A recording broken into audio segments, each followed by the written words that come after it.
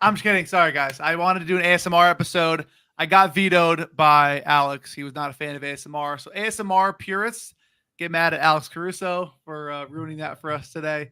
But no, on a real note, it is week 5, Monday Night Football. We're loving this first touchdown competition. Actually, I'm the only one loving it probably because I'm the only one that's hitting. Sorry, boys. I just want to keep talking because honestly, they really can't talk until I introduce them on the show. So I just want to keep rambling. What's up, brother? How you doing? What's up, chat? But everyone's in now. 300 people in the chat. Austin's props. Alex Caruso, welcome aboard. Austin, how you feeling today, brother? I can't lie. I'm feeling pretty good. I had a solid day yesterday. I'm not going to go into details too much. You can check that out if you want. But decent day nonetheless. Feeling really good. Never been more excited to get here. Typically after days like yesterday, I'm usually a little more extra emphasis in the lab. Feel really good with what I have cooked up today. We found some good touchdown scores. Caruso, how you doing, my brother? I'm doing good. Any day with football is a good day. I mean, you hear that from me pretty much any time. But when football is not on, I am not as happy. So looking forward to even the winter at this point, just because we get football at least 3 days a week. I mean, come on now. We had London games yesterday. Nothing better than having an extra 14 hours to watch football straight. Doesn't get much better than that. No doubt. Fantastic. Waking up and seeing that, like us West Coasters, waking up with football started is sick, So I love that. Yeah, it's a good point. I mean, that delay yesterday, by the way, for us, the East Coasters was brutal. Brutal. Yeah. I fell asleep. It's earlier, though, right? Because it started at 9:30 your time, right? Yeah, you just have to 8:15. No, the first games on the Sunday slates usually start at like 1. So you get it earlier. For me, because for me, it's at 10 a.m. I get up at 6 a.m. most mornings. Like, I have 4 hours to just F around. I know that's what the East Coast people always do, but I hate that. So it was sick to just have football right when I woke up. That's probably a fair point.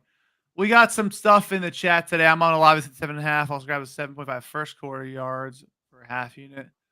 Listen, this is a fun game. This is an interesting game with both. I think two quarterbacks can absolutely sling it. And our first question is, are the Saints good, right? Because the first two games looked like the top 5 team in football, which they completely went over everybody's predictions for them. And then they obviously came back down to earth these last 2 games. So are we buying the Saints hype, or are we just like, the clock hit midnight after week 2 and they're just going to spiral down? What are your guys' thoughts? I'm on the thought that they're good. They're good-ish, but like against good teams, they're not going to perform. So Austin, what are your thoughts on the Saints this year? I think they're a 9 to 10 win football club. Like I think they're a solid team. For me personally, like the first 2 weeks, I knew what they were doing was unsustainable. They were having 80-yard touchdown, 60-yard rushing touchdown from Kamara. I think they had 3 touchdowns over 60 yards from against Dallas in that first or second week. And then they had another in week 1. Those type of plays weren't sustainable, and that's kind of how they were putting their offense. I know Carr was like, 10 straight scoring drives or something like that. So obviously they were unbelievably efficient, but that shows that they have a good offense. They played a better team the last couple weeks. Their offense hasn't looked as good, but the defense is still solid. I think people were overreacting with where they were, but I think they're a good team. I agree. I disagree with Austin a lot, but 9 to 10 wins for the Saints, pretty good. I kind of like their chances tonight. I think this is a sneaky good spot for them, especially with the Chiefs missing their number 1 running back, number 1 wide receiver. Kelce has been not good this season outside of last game. I think he's going to be great, but I don't think this is the Chiefs team of last year, and I think that this Saints team is going to be able to do just enough tonight. I think they're actually a sneaky, underrated spot tonight. Yeah, it's going to be a sign of can Kamara establish the run game. The Chiefs have been very good at stopping the run, but if the Saints can establish that run game, it really opens up everything for them. So it's just one of those, which one's going to give. If they can establish the run game, I think the upset is almost inevitable. But I think this game is close, obviously coming down with the Rashee Rice injury from opening at 8 to now down to 5.5. And although we can see an upset, I think that line's pretty fair. 5.5 is where I think I see this game in general. I could see a touchdown lead with the Saints driving late to try to tie it. That's most likely a scenario that I see happening. But I don't think you could bet the Chiefs at -5.5. I think if I'm going to take a side, I'm probably going to stay away or wait for a live spot of like a 7.5 for the Saints. What are your thoughts on the spread here? If you had to take a spread, gun to your head at 5.5, are you taking the points or are you going with the Chiefs as a favorite here?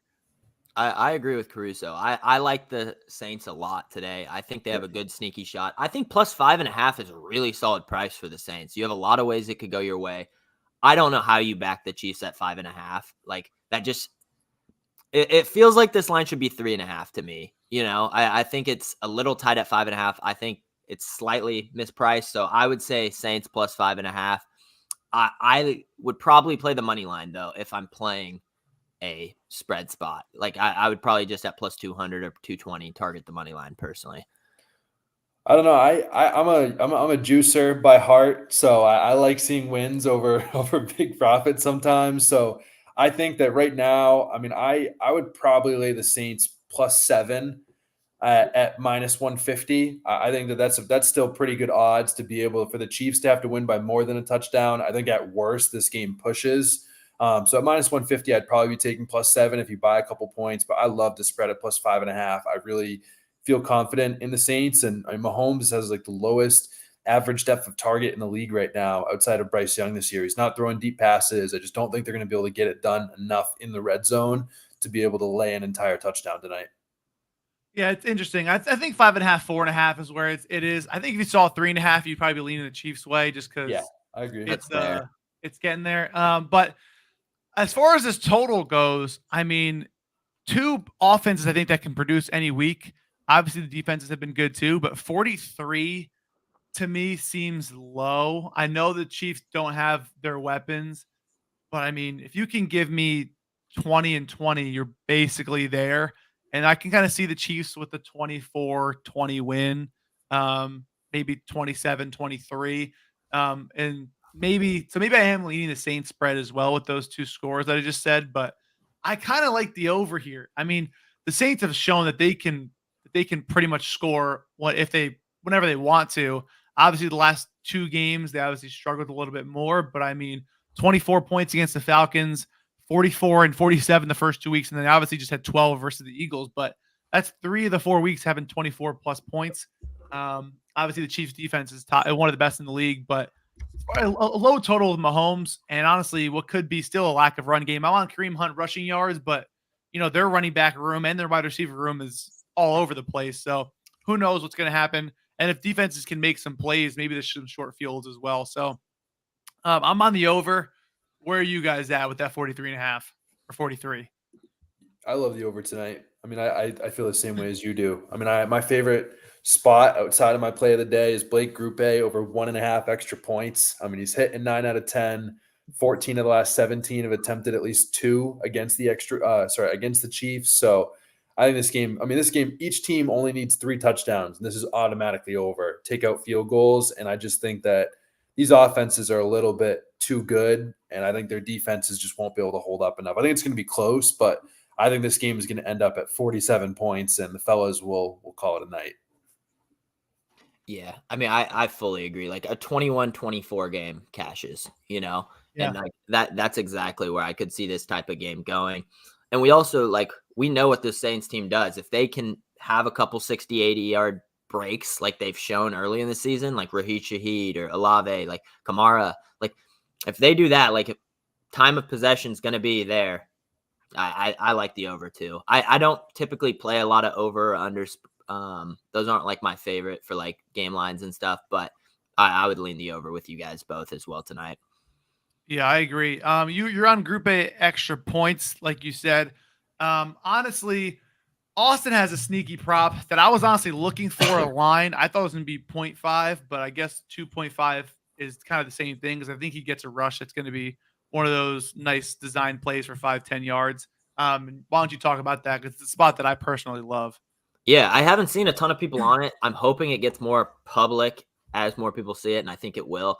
Xavier Worthy, 2.5 rushing yards. He's over in 3 of the 4 games. When Rashee Rice was there, they kind of weren't confident in his play. I feel like they're not confident in his routes yet, having Xavier Worthy be like a number 1 route tree. So they're trying to find small gadgets, small reverses, small ways to kind of implement him and get the ball in the hands. And so we've seen him go over this 3 or 4 times. Rashee Rice went down last week. He didn't get a rush, didn't hit. I would be shocked if he doesn't get a carry this game. He's covered every game he's got a carry. He's gone over this. I think this is the way you get him involved. I don't know how good they're going to move the ball with their receivers with Rice out. I couldn't really get myself to play his receiving yards just because I don't think he's that crazy of a receiver if he doesn't get yards after catch yet. And so I think this is a safe spot. I think it's a sneaky good spot, and that's where I'm going. I could look like an idiot if he doesn't get a carry, obviously, but I think if he gets 1 to 2 carries here, I like my odds a lot. They have to get him involved. I'm starting to be ready to play this all over again. Like anytime you speak, Austin, I'm ready to listen. I think this is a really great prop. Such an easy way to get him involved, right? Like you can easily run a jet sweep, run something to get this guy involved, and we all know what he can do when the ball's in his hands. Yeah, I mean another one to look at too with Taysom Hill being out is he's out. He's for sure out. He's out. Jawan Jordan.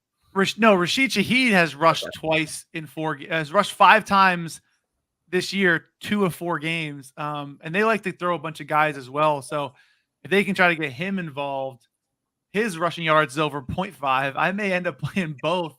And in a primetime game, one of these just weird games, I think both coaches are going to try to have a couple things up their sleeve. And if you look at both road games for Shaheed, he went over. One was against Dallas. You'd say it's a tougher game. He ran 3 times, and Atlanta was divisional 2 times for 14 yards as well. So I think these are where teams get a little cheeky. These primetime games, everyone's watching. It's a big game for you guys. I may end up playing both of those, maybe a half unit on each or something. But I think both of those are in play. It's 2 guys you want to get involved. You want to get touches early, and with how good the Chiefs' rush defense is, we can say they could try to just make some weird stuff happen to kind of get the chains moving. So I'm going to look a little deeper into these after the show, but I was waiting for these props to come out, and they're kind of all over the place. I think it could be extremely, extremely interesting. But we have Travis Kelce to talk about as well. Is he back? Is he back with no Rashee Rice? He looked like he was back. We're going to see some man coverage as well from the Saints. And honestly, I don't know who Mahomes is going to trust more in man coverage. Obviously, Xavier Worthy will have a good matchup. I don't see Juju getting 0 targets again, but if you want a go-to guy, it's Travis Kelce. Alex, I know you're on him as well. What are your thoughts on your Travis Kelce prop? I cannot get enough of him. I mean, last week alone, we saw that. I mean, so the Saints mostly run cover 1 through 3. And Travis Kelce last week after Rashee Rice went down had a 33% target rate versus those coverages specifically, which is everything the Saints run. He's a guy that whenever they play man coverage, he is their man beater without Rashee Rice in the field. So I love him to continue to get going. I think we're going to see more of a version of what we saw last year when he's the true number 1 because they don't have anyone else that's separating right now. I mean, Xavier Worthy has not stepped up, at least as far as the receiving side goes, and they don't have anyone else. So I think it's going to be Kelce in the passing game. Saints play one of the highest rates of man. Kelce, 33% target rate last year versus their main coverages last week. And I think 5.5 receptions is like easily one of the best plays you can take. Yeah, I'm on his receiving yards as well. I think he gets 6 catches, 7 catches for like 70, 80 yards. And if we do think the Saints are going to take this one or could take this one, then positive game script end of game, I think we get a little bonus there. But I think even if they are winning early, it's most likely due to Kelce being found and having a decent game. So love that there. And without further ado, let's get into our first touchdowns. Now, who's counting? But Matty Chucks is officially winning this contest. And none of us hit last week as it was Drake London, and no one's picking Drake London. I'm sorry. But Austin, you're first up for today. Remember, the rules can be anybody that you want. You get a first pick. Who are you dropping off for us today? I'm sticking with the Chiefs side. I'm going with the RB. I don't love the guy as a person, but I'm backing him here. Kareem Hunt plus 700, first time touchdown. Everyone and their moms is playing his rush attempts, his rush yards. Rightfully so. Carson Steele fumbled twice the last 2 games. I kind of think he's going to lose his role. This is Hunt's backfield. I mean, if he comes out and balls out today, this is it. I don't think we see a plus 700 again for him. So that's where I'm going. I like it. I like it a lot. I almost went there, but I ended up not, and I'm going to regret my decision if he scores. So, Alex, you heard Austin spew his reasoning. Give us who you think is score the first touchdown tonight, and why is he going to lose? I'm going Chris Olave. It just feels like we're going to get similar to a Garrett Wilson game where they're going to really try to get him going tonight. I like him and his size over the Chiefs corners. He's been much better as a jump ball threat over the last couple weeks. I think he leads the team in end zone targets since the first week. So I'm definitely in on him at plus 1,500. Travis Kelce would probably be my backup here, but I love the odds on plus 1,500 for Olave. I think it's a great bet. I like the odds there. Honestly, we have some really smart people in the chat that are saying Kelce's due for a touchdown. Trav jumping in first, B-Day Friday. And I have to agree with these smart, beautiful people in the chat because I'm going to choose Travis Kelce as well. It was his birthday. Yeah, I think he's going to bully some people in that end zone. I think if not Kareem Hunt, it's going to be Travis Kelce. I think the Chiefs get on the board first. And I'm really hoping it's not Hunt because I know if Hunt scores first, we're never going to hear the end of it from Austin. So on that note alone, I'm loving Kelce first touchdown. He's due for a touchdown. This would also hurt our souls as he's a friend of the show as well. But Travis Kelce's mine. Let us know who you guys like the most in the comments. Swifty Gang is right. And sweat it out with us, and we're keeping track. And hopefully we have a new leader after today. But as of now, it's your boy, and I'm going to keep milking that as long as I can. Best of luck on your best tonight, guys. Thank you guys for tuning in. Let's have a great Monday night. Peace out.